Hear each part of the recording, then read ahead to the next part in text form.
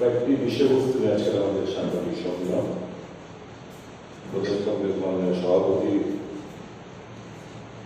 আমাকে বলেছেন যে সাংবাদিক সম্মেলনটা করার জন্য আমার সঙ্গে থাকেন, আমি নিশ্চিত আমার প্রশ্নের উত্তর দেবেন।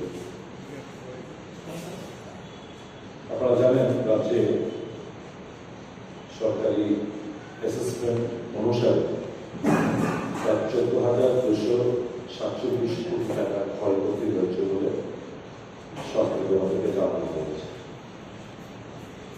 4 তারিখ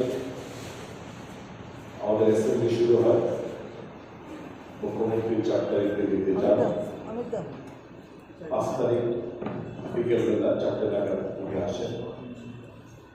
সেদিন প্রায় 9টা সাড়ে 9টা অব্দি আমাদের অ্যাসেম্বলি চলে। পরের দিন 11টার সময় অ্যাসেম্বলি হয়, অর্থাৎ কোনো এই 5 এবং 6 মধ্যে কোনো ধরনের ক্যাবিনেট মিটিং অনুষ্ঠিত হয়নি।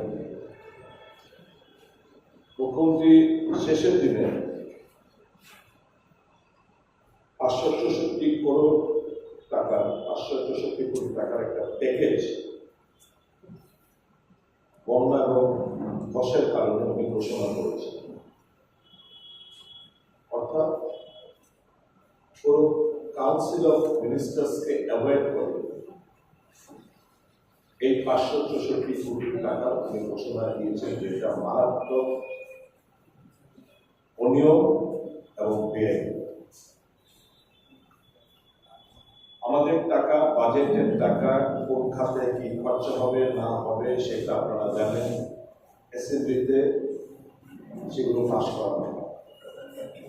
এবং টাকা যদি কোথাও ডাইভার্ট করতে হয় কোনো খাত থেকে, কোনো হেড অফ অ্যাকাউন্ট থেকে, প্রতিবেশী কাউন্সিল অফ মিনিস্টারদের মঞ্জুরি অত্যন্ত জরুরি হয়। সেই জায়গায় আমি খোঁজ নিয়ে মহাপটে করতে দেখেছি যে 5 তারিখ উনি যখন ফিরে এলেন, তারপরে এবং 6 তারিখ বিধানসভা আরম্ভ হওয়ার আগে কোনো ধরনের ক্যাবিনেট মিটিং ছিল না। কাজেই কাউন্সিল অফ মিনিস্টার্সকে অ্যাভয়েড করে যখন আমি যেদিন উনি এলেন 5 তারিখ, যখন আমি বললাম যে আপনি গেছেন, আমরা ভেবেছিলাম বন্যা এবং ধসের ক্ষতিগ্রস্তদের সাহায্যের প্যাকেজ সেন্ট্রাল গভর্নমেন্ট থেকে ঘোষণা করা হবে,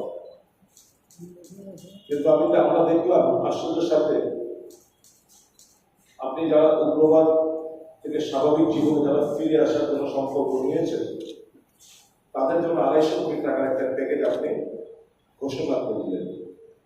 এই কথাটা বলার তরিকর পর উনি মুখ্য সচিবকে নিয়ে, কারণ উনি কাউন্সিল অফ মিনিস্টার্সকে অ্যাভয়েড করা কি কারণ আমি জানি না, কাউন্সিল অফ মিনিস্টার্সকে অ্যাভয়েড করে চিফ সেক্রেটারির অ্যাডভাইস অনুসারে উনি এই কাজটি করলেন।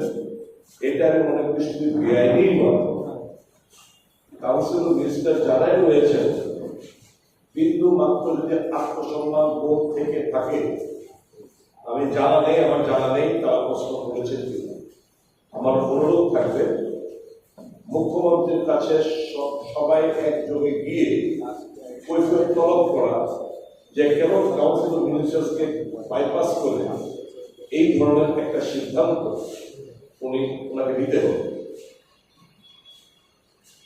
এখন 564 কোটি টাকা ঘোষণা উনি করেছে।